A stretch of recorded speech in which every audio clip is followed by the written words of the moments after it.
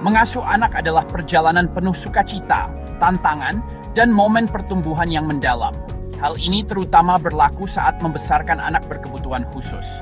Meskipun perjalanan ini mungkin terlihat berbeda, ini adalah perjalanan yang dipenuhi dengan cinta, ketahanan, dan kekuatan luar biasa dari semangat manusia. Video ini bertujuan untuk memberikan wawasan, dukungan, dan saran praktis bagi orang tua yang menjalani jalur pengasuhan anak berkebutuhan khusus yang bermanfaat, khususnya antara usia 5 dan 12 tahun. Tahun masa kanak-kanak pertengahan ini adalah periode perkembangan yang signifikan, ditandai dengan perubahan fisik, kognitif, dan sosial emosional. Bagi anak-anak berkebutuhan khusus, tahun-tahun ini mewakili masa potensi yang luar biasa, di mana intervensi dini dan dukungan yang disesuaikan dapat meletakkan dasar untuk masa depan yang lebih cerah. Video ini akan mengeksplorasi pentingnya memahami kekuatan dan tantangan unik anak Anda, membina komunikasi terbuka, dan menciptakan lingkungan pengasuhan yang merayakan individualitas mereka. Kita akan mempelajari strategi praktis untuk mengelola rutinitas sehari-hari, mempromosikan kemandirian, dan mengatasi masalah perilaku. Sepanjang perjalanan ini, ingatlah bahwa Anda tidak sendirian. Kami akan menyoroti pentingnya membangun jaringan dukungan yang kuat dan mencari bimbingan profesional saat dibutuhkan. Mari kita memulai perjalanan ini bersama, menerima tantangan dan merayakan kemenangan. Saat kita berusaha untuk menyediakan anak-anak kita dengan alat yang mereka butuhkan untuk berkembang dan menjalani kehidupan yang memuaskan. Periode antara usia 5 dan 12 tahun, yang sering disebut sebagai masa kanak-kanak pertengahan, adalah masa transformasi yang luar biasa bagi semua anak. Mereka bertransisi dari tahun-tahun awal kanak-kanak ke remaja, mengalami perkembangan fisik, kognitif, dan sosial emosional yang signifikan. Anak-anak dalam kelompok usia ini biasanya ingin belajar, mengeksplorasi kemandirian mereka, dan membangun tempat mereka dalam kelompok sosial. Bagi anak-anak berkebutuhan khusus, tonggak perkembangan ini mungkin terungkap secara berbeda. Mereka mungkin memerlukan dukungan atau akomodasi tambahan untuk mencapai potensi penuh mereka. Beberapa anak mungkin mengalami keterlambatan dalam perkembangan bahasa, keterampilan motorik halus, atau interaksi sosial. Yang lain mungkin menghadapi tantangan dengan perhatian, pengaturan emosi, atau pemrosesan sensorik.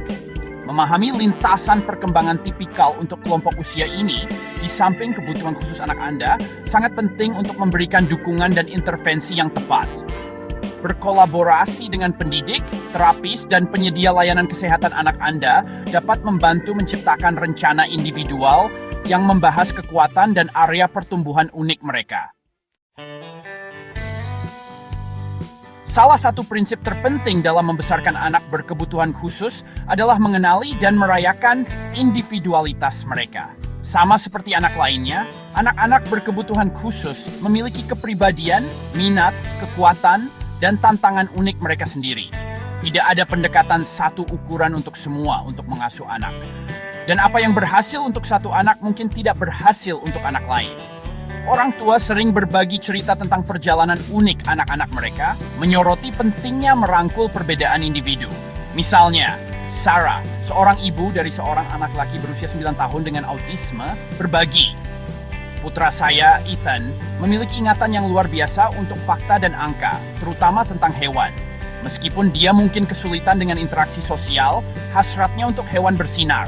Kami telah memasukkan kecintaannya pada hewan ke dalam pembelajarannya, menggunakan film dokumenter dan buku tentang hewan untuk mengajarinya tentang berbagai konsep.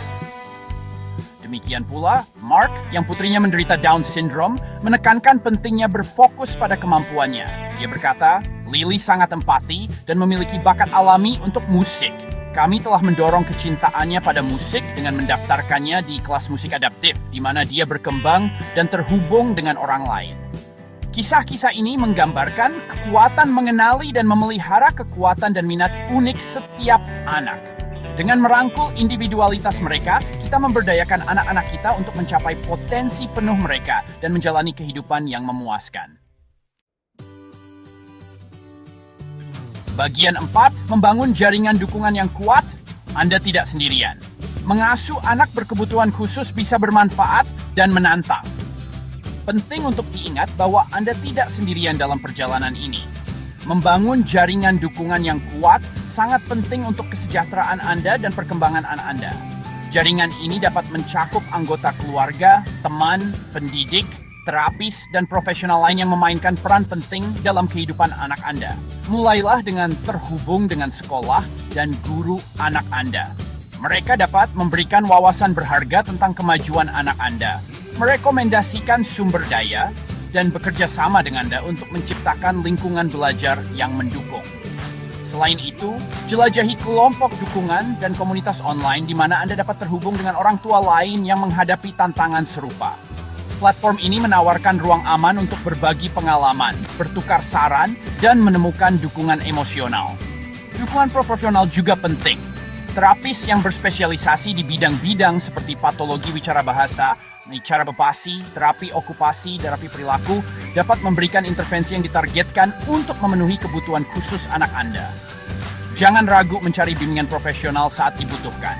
Ingat, mencari dukungan adalah tanda kekuatan dan komitmen terhadap kesejahteraan anak Anda.